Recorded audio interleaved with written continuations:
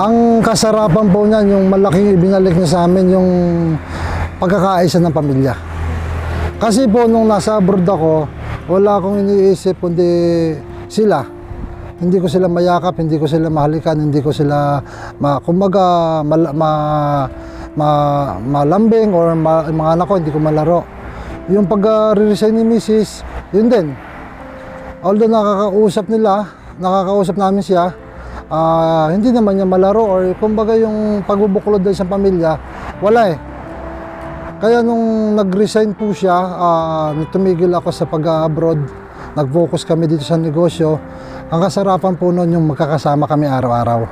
Sa agahan, tanghalian, hapunan, magkakasama po kami.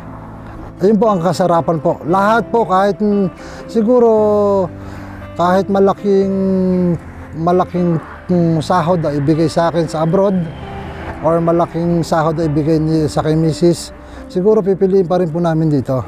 Kasi unang-una, anytime pwede ko silang makasama. Yun po yung importante sa akin. Hindi po yung malayo sa pamilya. Yun po yung malaking ibinigay sa amin ng nursery. Panoorin ang full video sa ating YouTube channel, Agree sa Agri. Don't forget to follow, like, share, and subscribe.